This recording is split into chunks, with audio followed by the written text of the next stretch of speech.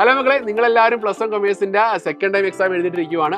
അപ്പോൾ computer application exam കഴിഞ്ഞപ്പോൾ കുറേ മക്കളിൻ്റെ അടുത്ത് പറഞ്ഞു, സാറേ ക്വസ്റ്റ്യൻ വളരെ ടഫാണ്. കാരണം നിങ്ങൾ ആദ്യമായിട്ട് നേരിട്ട പബ്ലിക് എക്സാം ആണ്. പ്ലസ് വൺ കൊമേഴ്സിൽ കയറിയപ്പോൾ ആദ്യം നേരിട്ട എക്സാം സെക്കൻഡ് ടൈം എക്സാം ആണ്. അപ്പോൾ അതിന് മുന്നേ നിങ്ങൾ ഓണപ്പരീക്ഷ സ്കൂളുകാരുടെ അടുത്തൊരു എക്സാം ആണ്.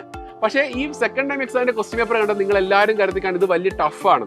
ടഫ് ക്വസ്റ്റ്യൻ പേപ്പർ ഉണ്ടായിരുന്നു. കാരണം ചില ക്വസ്റ്റ്യൻസ് ഒക്കെ പ്രയാസമേറിയ ക്വസ്റ്റ്യൻസുകൾ ഉണ്ടായിരുന്നു. പക്ഷെ ഇതൊരു മുൻകരുതലാണ്.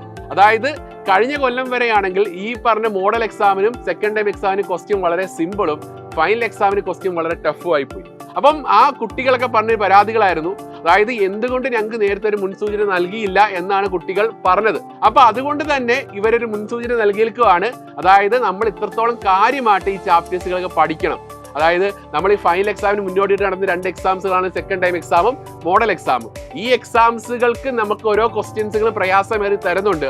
പ്രയാസമാക്കാൻ നമ്മളവരെ കൺഫ്യൂഷൻ അടിക്കാൻ വേണ്ടി തരികയല്ല ക്വസ്റ്റ്യൻസ് പറഞ്ഞാൽ, നമ്മൾ അത്രത്തോളം സീരിയസ് ആയിട്ട് ആ ചാപ്റ്റേഴ്സിനെ കാണണം. ഓരോ ചാപ്റ്റേഴ്സും അതിന്റെ ആ ലെവലിനനുസരിച്ച് പഠിക്കണം എന്നുള്ള രീതിയിലാണ് ഈ ക്വസ്റ്റ്യൻസ് അറേഞ്ച് ആക്കിയിരിക്കുന്നത്. അപ്പൊ അതുകൊണ്ട് തന്നെയാണെങ്കിൽ നിങ്ങൾ എന്ത് ചെയ്യണം മക്കളെ, സിസ്റ്റമാറ്റിക്കൽ ഒരു പഠനം ആവശ്യമാണ്. അപ്പം നമുക്ക് ഇവിടെ സൈലത്തിനാണെങ്കിൽ പ്ലസ് വൺ കൊമേഴ്സിന് ഒരു എൻഡ് ഗെയിം ബാച്ച് സ്റ്റാർട്ട് ചെയ്തിട്ടുണ്ട്. അപ്പൊ ഇതുവരെ ആ എൻഡ് ഗെയിം ബാച്ച് ജോയിൻ ചെയ്ത മക്കളുടെ വേഗം തന്നെ ജോയിൻ ചെയ്യുക. എന്നിട്ട് അടിപൊളിയായിട്ട് പഠിക്കുക. All the best.